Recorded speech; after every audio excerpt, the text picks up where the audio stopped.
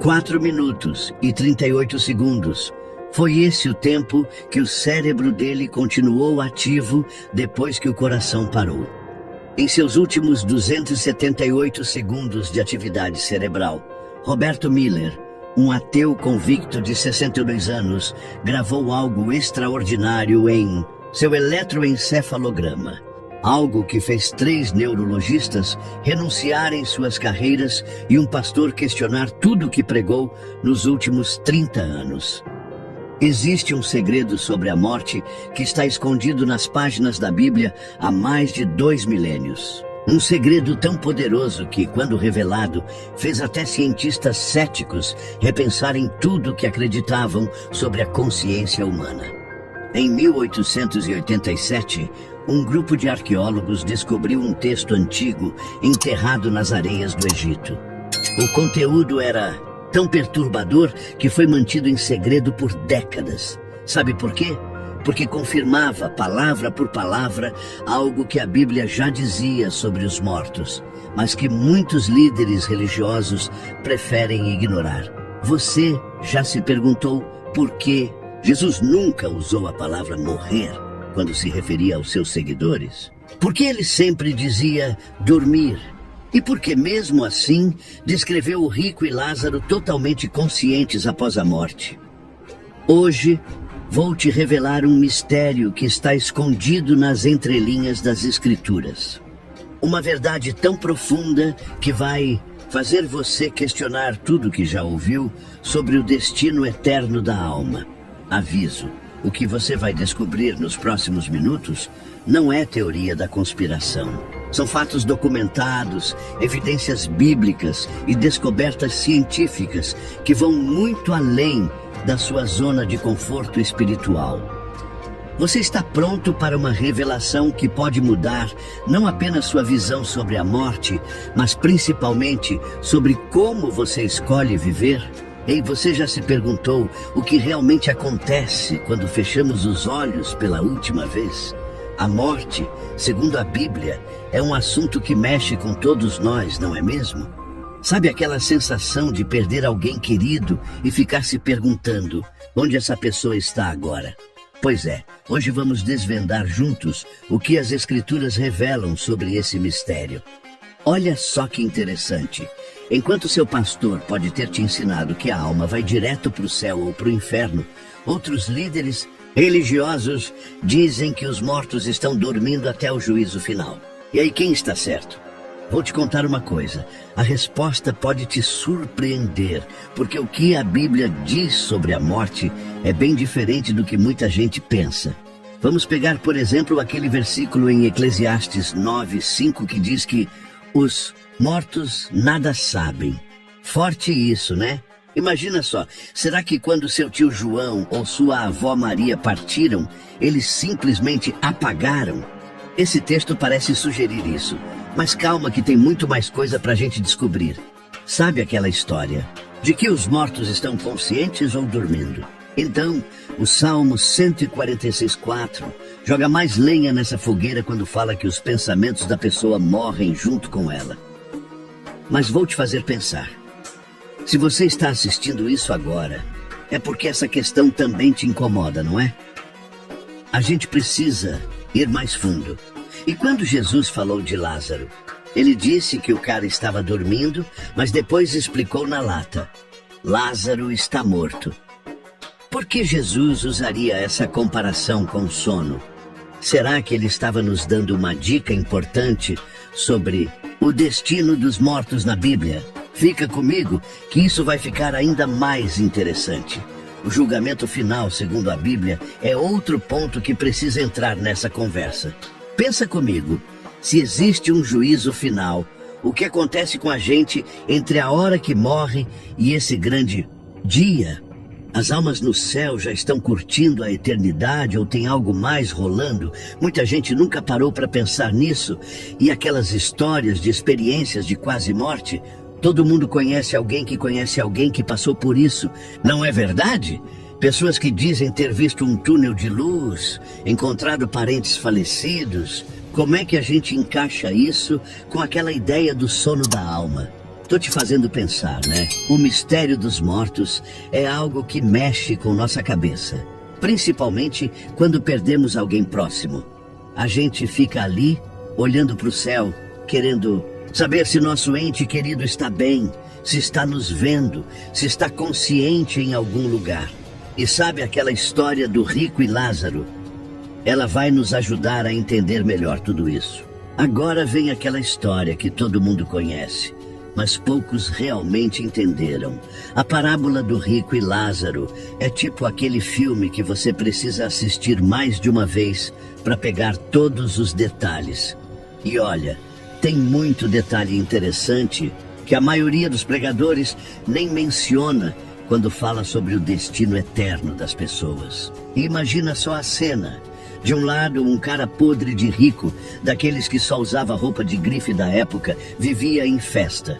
Do outro, Lázaro, coberto de feridas, deitado na porta da mansão, querendo só umas migalhas da mesa. O que acontece depois? Que morremos nunca foi tão bem ilustrado como nessa história que Jesus contou. E aí vem a parte que deixa muita gente coçando a cabeça. Como é que o rico está sofrendo e Lázaro está sendo consolado se a gente acabou de ver vários versículos falando que os mortos estão dormindo? Será que Jesus estava contradizendo o que a própria Bíblia diz sobre a morte? Calma, que a coisa é mais profunda. O que a igreja não quer que você saiba é que essa história tem camadas e mais camadas de significado. Quando Jesus fala do seio de Abraão, ele está usando uma linguagem que todo judeu da época entendia na hora. Era como se hoje você falasse, foi para o céu. Todo mundo pega a ideia, mesmo que seja uma forma simplificada de explicar algo muito mais complexo. Sabe aquela dúvida sobre consciência após a morte? Pois é, essa parábola parece mostrar que existe uma consciência sim. O rico até pede água para refrescar a língua. Mas será que devemos interpretar isso literalmente? As revelações ocultas nessa história podem mudar completamente sua visão sobre o que acontece do outro lado. A real é que esse texto mexe com conceitos profundos sobre o mistério bíblico da morte. Se os mortos estão conscientes, como fica aquela história do sono da alma? E se estão dormindo, como explicar essa conversa entre o rico e Abraão? É como se Jesus estivesse nos dando um quebra-cabeça para montar. O conhecimento proibido que poucos têm é que essa parábola pode estar falando muito mais sobre como vivemos aqui e agora do que sobre geografia do além. Quando Jesus conta essa história, ele está conversando com fariseus que amavam dinheiro. Sacou a jogada? O que a Bíblia realmente diz sobre os mortos vai muito além do que parece à primeira vista. E tem mais.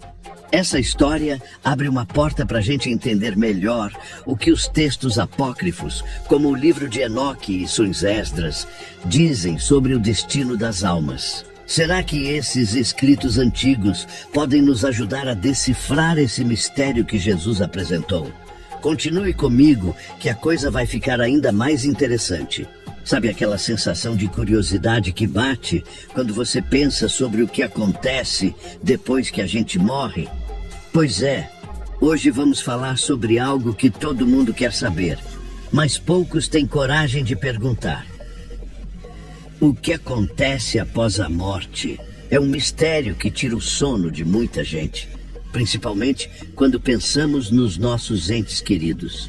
Tem um versículo em Hebreus que é tipo um soco no estômago. Ele diz que está ordenado ao homem morrer uma vez e depois disso vem o juízo final.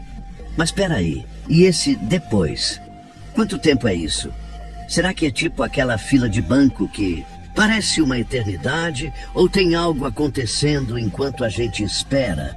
O que a Bíblia diz sobre a morte nesse período é surpreendente. E quando a gente chega no Apocalipse, meu amigo, a coisa fica ainda mais interessante. João descreve um trono branco, livros sendo abertos, todo mundo sendo julgado. Mas se o julgamento final, segundo a Bíblia, só acontece nesse momento, onde é que está todo mundo que já morreu? As almas no céu já estão curtindo a eternidade ou tem um sistema de espera rolando? O mistério dos mortos fica ainda mais intrigante quando a gente pensa no tempo. Porque veja bem, se o seu avô morreu há 30 anos e o juízo ainda não chegou, onde ele está agora? Será que ele está consciente em algum lugar? O estado dos mortos é tipo aquele modo de espera da TV? Ou será que tem mais coisa acontecendo nos bastidores espirituais? Muita gente não sabe, mas existem revelações ocultas nas escrituras que falam sobre um estado intermediário. É como se fosse aquela sala de espera do médico. Você não está mais na rua, mas também ainda não está no consultório. O que a igreja não quer que você saiba é que esse período entre a morte e o juízo final é bem mais complexo do que normalmente ensinam por aí. E olha só que interessante. Enquanto algumas pessoas defendem que os mortos estão conscientes ou dormindo, a Bíblia parece sugerir algo ainda mais profundo. É como se existisse um sistema perfeitamente organizado para lidar com as almas que partem deste mundo. O destino dos mortos na Bíblia não é tão simples quanto foi para o céu ou foi para o inferno. Agora pensa comigo, se existe mesmo esse período de espera, como é que fica a questão do tempo? Porque para quem está morto, será que o tempo passa? Igual passa para a gente? É tipo quando você dorme e acorda sem saber se dormiu 5 minutos ou 5 horas. O sono da alma pode ser algo parecido? Ou será que a consciência após a morte funciona diferente? E sabe o que é mais louco? Tem uns textos antigos que não estão na Bíblia, mas eram muito respeitados pelos primeiros cristãos, que falam sobre esse período intermediário. O livro de Enoque e os mortos, por exemplo, traz umas descrições bem detalhadas sobre isso. Será que esses escritos podem nos ajudar a entender melhor esse mistério espiritual? Agora vem aquela parte que faz muito pastor ficar nervoso. Sabe aqueles livros que ficaram de fora da Bíblia? Então, eles têm umas histórias bem interessantes sobre o que acontece após a morte. E olha, não estou falando de teoria da conspiração. Não, são textos que os primeiros cristãos conheciam muito bem, mas que por algum motivo não entram muito nos sermões de domingo. O livro de Enoque, por exemplo, é daqueles textos que quanto mais você lê, mais fica de queixo caído. Ele fala sobre os espíritos dos nefilins, aqueles grandões que eram meio anjos, meio humanos, e como eles ficaram vagando por aí depois de morrer. Interessante que até Judas, lá no Novo Testamento, cita Enoque. O que a igreja não quer que você saiba é que esse livro era super respeitado na época dos apóstolos. E tem mais. Já ouviu falar de 2 Esdras? Esse texto manda a real sobre o destino das almas, num nível que vai te fazer repensar tudo o que você achava que sabia sobre a morte, segundo a Bíblia. Ele descreve um lugar onde as almas ficam esperando, tipo uma sala VIP espiritual, antes do juízo final. Será que isso explica aquela história do rico e Lázaro que a gente viu antes? O conhecimento proibido desses textos antigos bate de frente com muita coisa que se prega por aí sobre o que acontece depois que morremos. Eles falam de diferentes níveis de existência após a morte, de anjos guardando as almas, de lugares de descanso temporário. É como se existisse todo um sistema que a gente nem imagina funcionando nos bastidores espirituais. Sabe o que é mais doido? O livro da sabedoria, outro texto antigo, fala que os justos encontram paz depois da morte, enquanto os ímpios já começam a sentir o peso das suas escolhas. Isso mexe com aquela ideia do sono da alma, não é? Porque se tem gente em paz e gente sofrendo, então tem algum tipo de consciência após a morte rolando ali. As revelações ocultas nesses textos são tipo aquelas cenas deletadas de filme que explicam um monte de coisa que ficou sem resposta. Por exemplo, eles falam sobre como os anjos e os mortos interagem, sobre diferentes departamentos no mundo espiritual, sobre como funciona essa espera pelo julgamento final segundo a Bíblia. Agora, calma lá. não estou dizendo para você trocar a Bíblia por esses livros. O que a Bíblia realmente diz sobre os mortos continua sendo nossa base principal.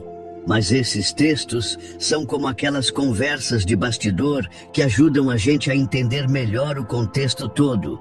É tipo ter acesso aos comentários do diretor num DVD. E olha só que interessante. Muitas das experiências de quase morte que as pessoas relatam hoje em dia têm uma semelhança assustadora com o que esses textos antigos descrevem. Será coincidência?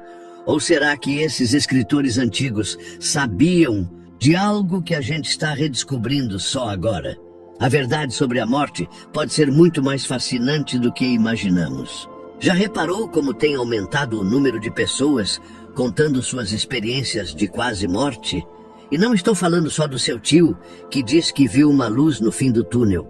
Cientistas sérios, médicos renomados, estão documentando casos que fazem a gente repensar tudo o que sabe sobre o mistério da morte. É como se a ciência estivesse confirmando o que a Bíblia diz sobre a morte há milênios. Tem cada história que parece roteiro de filme, viu? Gente que descreve com detalhes conversas que aconteceram na sala de cirurgia enquanto estava morta. Outros falam de encontros com parentes falecidos, de uma paz inexplicável, de uma revisão da vida inteira em segundos. O mais louco é que muitos voltam totalmente transformados, como se tivessem descoberto o verdadeiro sentido da vida após a morte na Bíblia. E a neurociência? Meu amigo, prepare-se para essa. Pesquisadores descobriram que o cérebro continua ativo por alguns minutos depois que o coração para. É como se existisse uma zona cinzenta entre a vida e a morte. Será que é nesse momento que acontecem todas aquelas experiências que o pessoal relata? O estado dos mortos pode ser mais complexo do que imaginávamos. Sabe o que é mais interessante? Muitas dessas experiências de quase morte têm elementos em comum com o que encontramos nos textos antigos. Aquela luz no fim do túnel está lá, no livro de Enoque e os mortos. Aquele sentimento de paz absoluta, os textos apócrifos já falavam disso. É como se existisse um padrão que atravessa os séculos. A ciência moderna está começando a entender que a consciência após a morte pode ser algo bem mais sofisticado do que um simples apagar e acender. Tem médico aí estudando casos de pessoas que descreveram com precisão coisas que aconteceram enquanto estavam clinicamente mortas. Como explicar isso? Será que tem alguma conexão com o que a Bíblia fala sobre o destino dos mortos? O mistério espiritual se aprofunda quando a gente descobre que essas experiências acontecem com gente de todas as religiões e até com ateus. Mas aqui vem o detalhe. Muitos relatam encontros com seres de luz que lembram muito as descrições bíblicas de anjos. Coincidência? Ou será que estamos diante de uma verdade universal sobre o que acontece depois que morremos? Os estudos bíblicos tradicionais às vezes ficam meio travados quando o assunto é experiência de quase morte. Afinal, como encaixar esses relatos modernos com aquela ideia do sono da alma? Será que essas pessoas estão realmente experimentando um gostinho do que é o destino eterno? Ou existe outra explicação? E tem mais.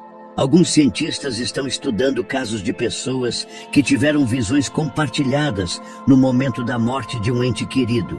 Tipo, a pessoa está em casa e de repente vê o familiar que está morrendo no hospital aparecer para se despedir. O que a Bíblia realmente diz sobre os mortos pode nos ajudar a entender esses fenômenos. Continue comigo que tem mais revelação pela frente. Agora chegamos naquela parte que faz a gente suar frio. O destino final. É aquela história do céu ou inferno que todo mundo já ouviu falar, mas será que é tão simples assim? A Bíblia traz umas revelações sobre o julgamento final que vão te fazer pensar duas vezes antes de julgar o vizinho barulhento.